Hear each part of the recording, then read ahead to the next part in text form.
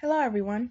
During this semester, my Black History Live on Stage professor gave us the task in finding an obscure but phenomenal historical figure in Black history. After a lot of time and research, I decided to tribute my project to the father of the contemporary jazz band and of jazz as America's classical music, James Reese Europe. Hope you all enjoy.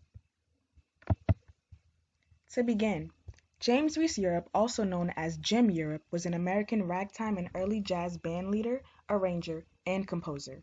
U.B. Blake referred to him as the Martin Luther King of music. Couple little known facts. Europe was the first African American officer to lead the troops in combat. He was the leading figure on the African American music scene of New York City in the 1910s. He was credited with taking jazz out of the dance halls and into the concert halls of the United States and Europe, and he led the first Black orchestra that was offered a recording contract by Victor Records. These are just a small fraction of the very many firsts and astonishing accomplishments that James Reese Europe has made in African American and music history. Here I have a few pictures of Europe and his Harlem Hellfighters band.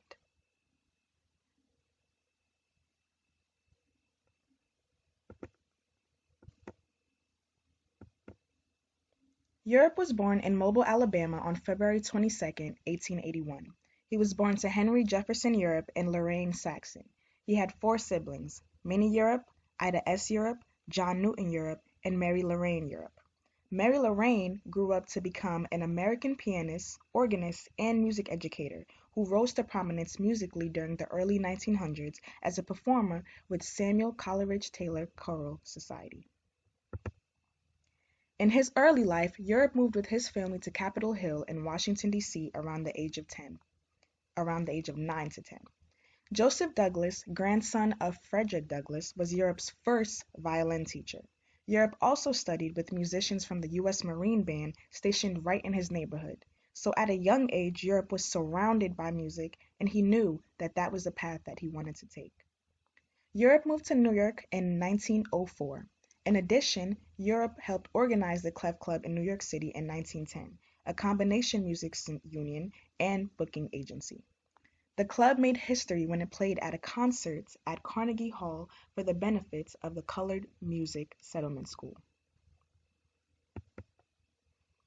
At the beginning of World War I, Reese joined New York Army National Guard as a private, but shortly after passing the officer's exam was commissioned as a lieutenant, one of the most highly decorated units in the war.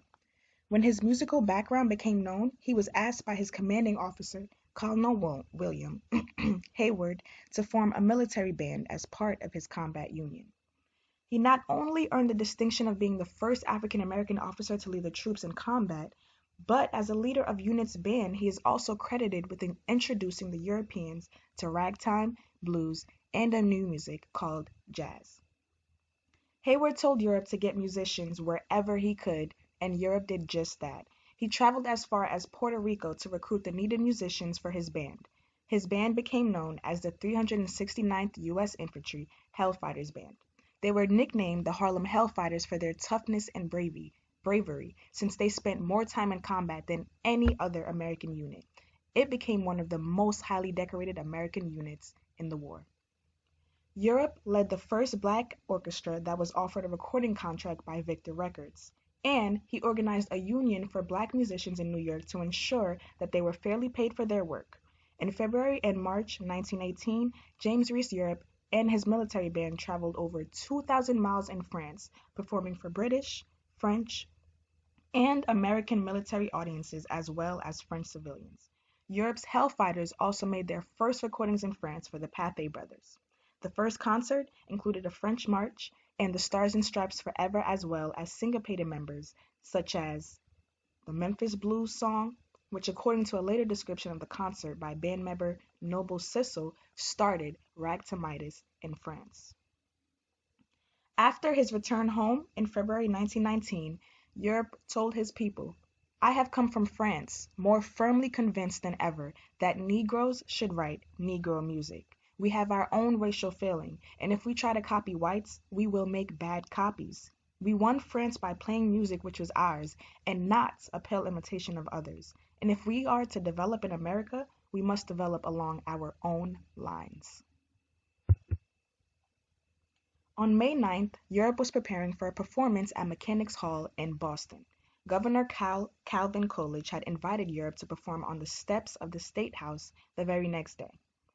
On that night, Europe performed, sadly, for the very last time. Records say that he had been feeling ill all day, but he still wanted to go to the concert, which was to be the first of three in Boston Mechanics Hall. During the intermission, Europe went to have a talk with two of his drummers, Steve and Herbert Wright, who were also twins. After Europe criticized some of their behavior, retelling of events say that Herbert Wright became very agitated, claiming that the bandmaster had been showing favoritism to his twin brother, and in full view of witnesses, he lunged for Europe with a penknife and stabbed him in the neck, leaving what appeared to be a superficial wound. Europe told his band to finish the set and he would see them the next morning. As he was carried away, he reassured his band that he'd get along all right. He then told Noble Sissel, his right-hand band leader, Sissel, don't forget to have the band down at the State House at 9 in the morning. I'm going to the hospital and I will have my wound dressed. I'll leave everything for you to carry on. However, Europe's jugular vein had been severed and they could not stop the bleeding. He died hours later at the hospital. The next day, the papers carried the headlines, "The Jazz King is Dead. Lieutenant Jim Europe Killed." Europe was granted the first ever public funeral for an African American in the city of New York. In 1919, Herbert Wright pled guilty to manslaughter and was sentenced to 10 to 15 years in the Massachusetts State Penitentiary. He served 8 years in prison and was paroled in 1927. After he was released, he lived quietly in Roxbury, working as a dance band drummer. At some point, he gave a neighborhood boy his very first drum lesson. That boy was Roy Haynes. For some of you who don't know, Roy Owen Haynes is an American jazz drummer. He is among the most recorded for drummers in jazz, in a career lasting over 75 years. He has played swing, bebop, jazz fusion, avant-garde jazz, and is considered the father of modern jazz drumming.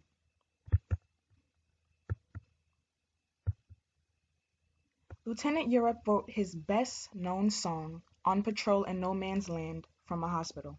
Recorded just before his death, here is "On Patrol in No Man's Land."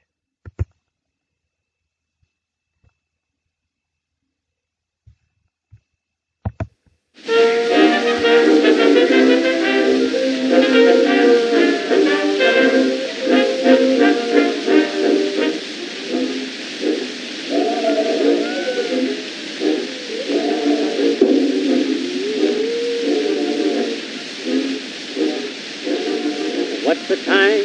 9, all in line. All right, boys, now take it slow. Are you ready? Eddie, very good, Eddie. Over the top, let's go. Quiet, else it's not a riot. Keep your proper distance all along.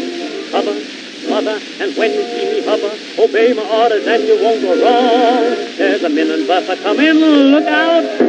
Hear that roar, there's one more. And fast, there's a very light. Don't gas for to find you all right. Don't start the bombing with those hand grenades. There's a machine gun, a holy spade. Alert, gas, put on your mask.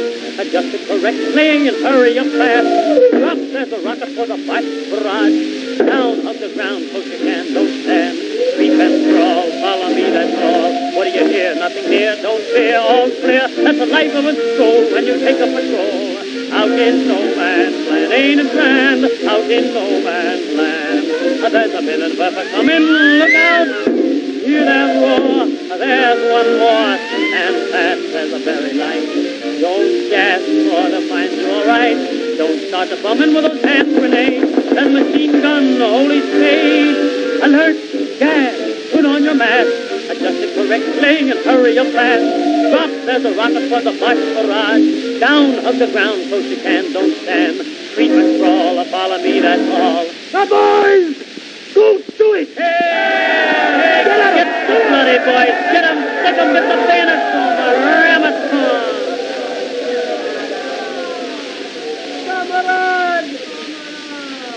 What do you hear? Nothing near, don't fear, all clear. That's the life of a soul when you take a patrol. out in no man's land. Ain't it grand out in no man's land?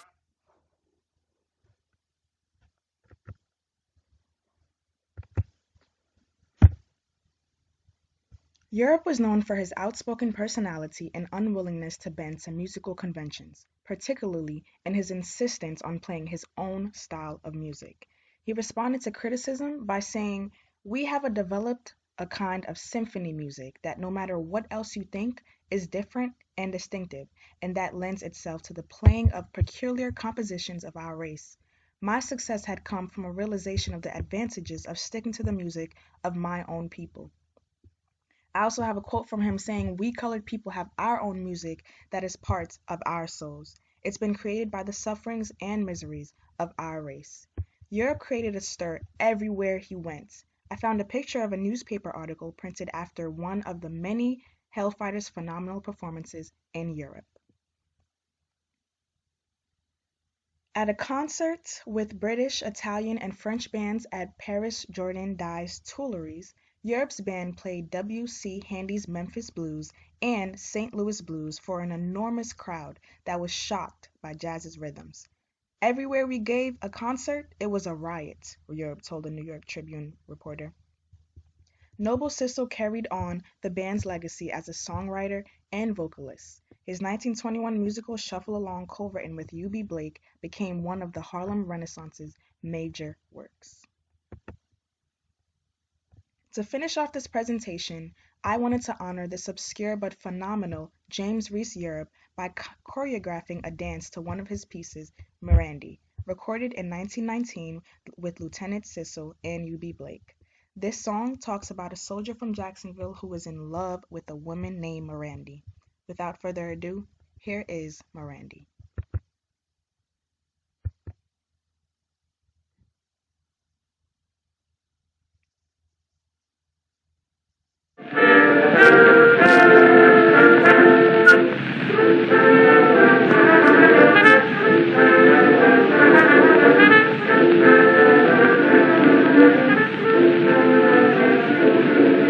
The Dogtown Duke of Jacksonville was a Japanese named Sandy. This dusky Duke from Jacksonville had a gal they called Mirandy. She was a long, tall, sealskin brown with a loose and careless way. If you asked Sandy about Mirandy, you would hear him say, "There ain't no gal as sweet as my Mirandy. Molasses candy is like a big round ball of bitterness.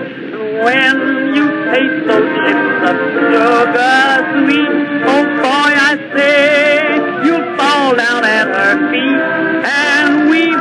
You know the whole world's jealous of me and my Mirandy.